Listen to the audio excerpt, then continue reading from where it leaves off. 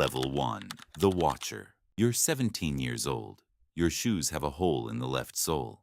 Your mother hasn't paid rent in 2 months. And a man you've never met just offered you $500 to sit on a plastic chair outside a mechanic shop in Culiacan and do absolutely nothing. Just watch the door, count who goes in, count who comes out, text a number if anything looks wrong. That's it. You tell yourself it's not illegal. You're just sitting. People sit outside shops all the time, so you sit. The sun moves across the sky. A dog sleeps near the curb. Norteño music bleeds through a cracked window somewhere. 4 hours pass. Nothing happens.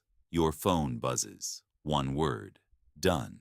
You walk home. That evening, an envelope appears under your front door. You pick it up. You count it 3 times. $500. More money than your mother makes in 2 weeks of cleaning houses. You sit on your bed in the dark and stare at it. Your heart is pounding. Not because you're scared, because some part of you, a part you don't have a name for yet, is already hoping the phone rings again. 3 days later. You answer before it finishes the first ring. That moment right there. That's the one that changes everything. Not the violence, not the money, not the power. That single moment when you chose to pick up. Level 2. The Runner. They trust you with a backpack now. You don't open it. You were told once quietly, with no aggression, no raised voice, what would happen if you opened it. The calmness in the man's voice when he said it was worse than if he had screamed. So you don't open it. You drive 2 hours south on a highway that turns to dust. A specific house. A specific knock. 3 times. Pause. Once. A man opens the door, takes the bag, closes it without a word.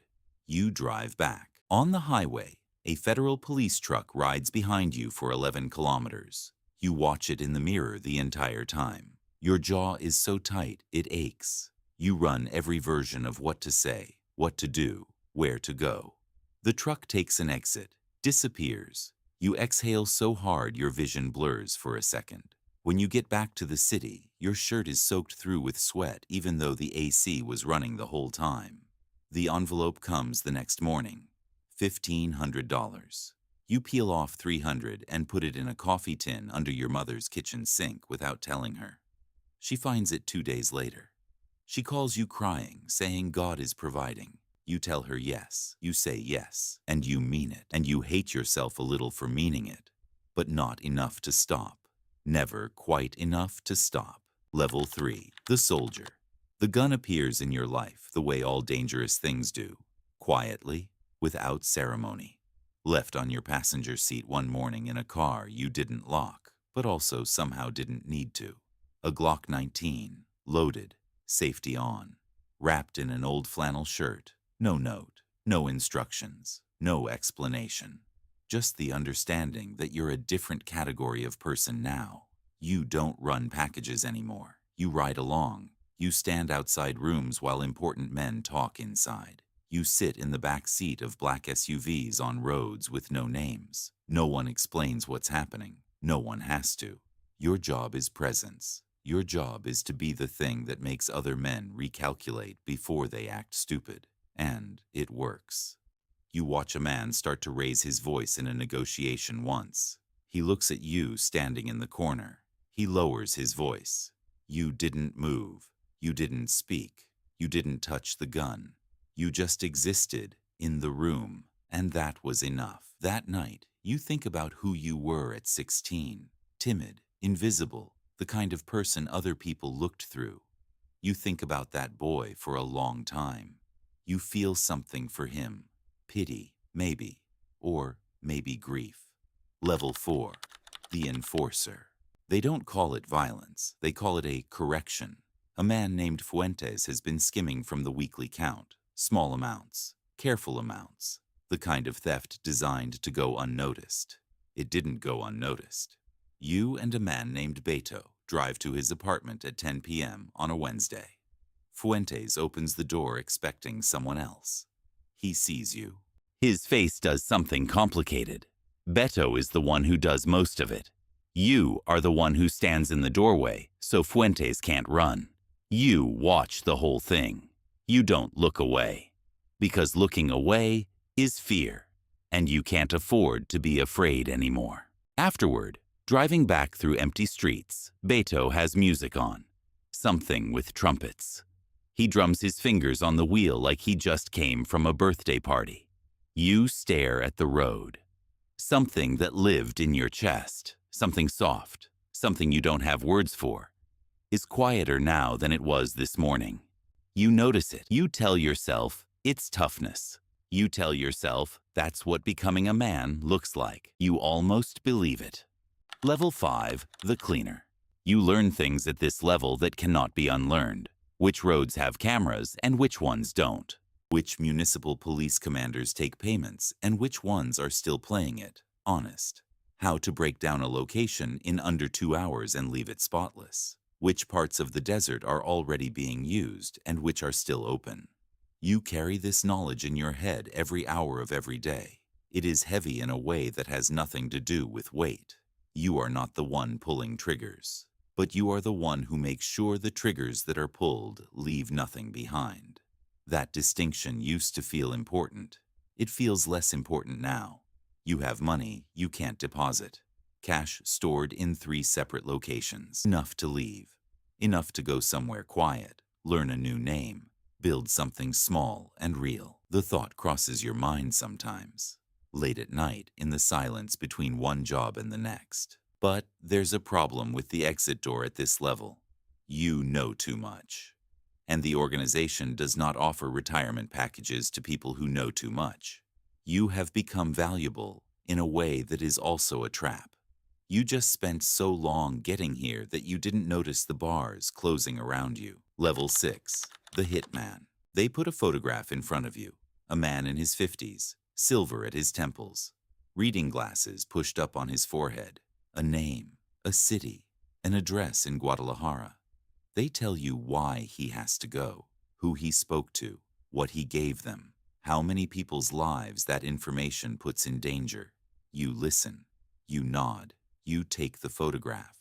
What they don't tell you, and what you already know, is that the reason doesn't actually matter anymore, because you're going to do it either way. And that is perhaps the most honest thing you've understood about yourself in years. You spend 5 days in Guadalajara. You learn his coffee order, his parking habits, which mornings his wife drops him off and which ones he drives alone. You are patient in a way that would disturb the person you used to be. On a Thursday, a parking structure on Avenida Americas, 8:20 a.m., 14 seconds. You are on the highway north before the first sirens. You stop at a roadside restaurant near Irapuato. You order caldo de res and eat it slowly, watching the other diners, families, truck drivers, an old man reading a newspaper, all of them living inside a world you left a long time ago. You finish your food, you pay, you tip well, you leave. Level 7, the ghost. Your name is different now, so is your face, slightly. Enough. 3 passports, 5 phones, none of them connected to the others. You move between cities the way weather moves, without announcement, without pattern. Monterrey, Hermosillo, across the border to Tucson sometimes, back south before anyone maps it. Other organizations contract you now. You never meet the clients. Money arrives through channels so layered and indirect, they would take investigators years to untangle. You have more money than most people will earn in 3 lifetimes. You have nowhere to put it that doesn't create a problem. You eat dinner alone every night, always alone, always with your back to a wall, always knowing which direction the exits are before you sit down. You haven't called your mother in 4 months. You can't.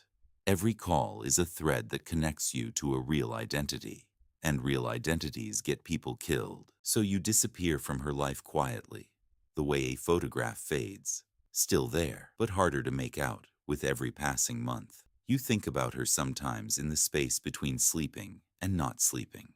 You think about the kitchen, the coffee tin, the way she cried when she thought God was providing. You close your eyes. You open them again. You check the door. You check the window. You check the door again. Level 8, the paranoia. It starts the way a slow illness starts. So gradual you almost miss it. A car that's been on the same block for 2 days. A contact who always responds within the hour going silent for 48. A meeting canceled last minute with no explanation. Each one, individually, is nothing. Together, they are a language, and you have become fluent in that language. You start running background checks on your own allies. You pay someone to watch the people who are supposed to be watching for you. You sweep your safe houses for listening devices, not once, twice. You change your sleep schedule so no one can set a clock to you. You change your routes so no one can set an ambush. You change, and change, and change. Until one morning, you look in the bathroom mirror of a Monterey hotel room, and the man looking back doesn't seem like anyone in particular. Not the 17-year-old on the plastic chair, not the soldier, not the enforcer, not the ghost, just a man with careful eyes and a mind that hasn't rested in longer than he can remember. You think, I should get out. You've been thinking that for 2 years. The thought has never once been followed by a plan, because there is no plan. There is only forward, or there is nothing. Level 9, the summons. You receive a message through a channel that's only been used once before. They want a meeting, in person, senior level. They say it's about your future, a larger role, less exposure, more oversight, more of everything. Every person who has ever reached your level knows what a meeting like this can be. It can be exactly what they say, or it can be the organization deciding you've become a liability. Too much knowledge, too much independence, too unpredictable in your movements. And they'd like to resolve that over dinner before the main course arrives. You spend 72 hours running probability. You move your go bags to different cities. You activate a dead drop you haven't touched in 8 months. You write a letter to your mother. Not confessional, not explanatory. Just things you never said. That the money in the coffee tin was from you. That you thought about her more than she knows. That the life you lived was not the life you would have chosen with better options, and you hope she can hold both of those things as true, simultaneously. You seal it. You leave it with a lawyer who has instructions to deliver it under specific circumstances. Then you call her. One last time. Maybe you don't tell her that. You just let her talk. The garden, a neighbor's wedding, a recipe for something with cinnamon. You sit in a dark hotel room and listen to her voice. You're memorizing every syllable. When she says, "Come home soon, mijo," you say soon. You mean it more than you've meant anything in years. You hang up. You sit in the silence for a long time. Then you put your jacket on. And you go to the meeting. Level 10, the end. Everyone exits. That is the only promise this life makes and actually keeps. The only variable is the shape of the exit. Some men walk away, quietly. A ranch in Sonora or a rented apartment in a Spanish coastal city with a new name and an agreement with someone powerful enough to make that agreement stick. It happens. Rarely, but it happens. Some men are taken by governments, extradition planes, American courtrooms, plea agreements that last 40 years. They strip you of everything, the money, the name, the identity you built so carefully. And what's left is a number on a prison ID and a photograph on a case file someone references in a criminology textbook 15 years later. Some men are retired by the organization itself, clean, professional, without warning. The men who do it are good at their jobs because men like you trained them. And some men simply break under the weight of their own knowing. The paranoia becomes total. The isolation becomes a kind of living burial. They become unpredictable. And unpredictable is the one thing this world cannot tolerate. There is no fifth option. You walk into the restaurant. You have memorized the exits. You have counted the tables. You have noted the man in the corner you recognize and the one you don't. The man at the center table stands when he sees you. He smiles. He looks genuinely glad you came. He extends his hand. You shake it. You sit across from him. The wine is already poured. The music is soft. And in this moment, this quiet, ordinary, civilized moment, you still don't know what kind of exit this is. That's the thing no one told you when you were 17. Standing on the corner, shoes with a hole in the left sole, hungry and desperate and willing to just sit outside a shop for a few hours because what's the harm in that? The harm is this. The harm is 10 years later sitting across from a man whose intentions you cannot read, in a city you've memorized 3 escape routes through, wondering if tonight is the night the game finally collects what you owe it. The harm is that the boy who sat on that plastic chair, the one who just wanted to help his mother, who told himself it was just this once, that boy is gone, completely. And the man who replaced him doesn't know how to want anything simple anymore, doesn't know how to sit in a room without watching the door. He doesn't know how to hear his own name, his real one, without it sounding like it belongs to someone else. The only way out was before you ever walked in. That door closed a long time ago, and somewhere deep down, on that first night, holding that first envelope in the dark, you already knew.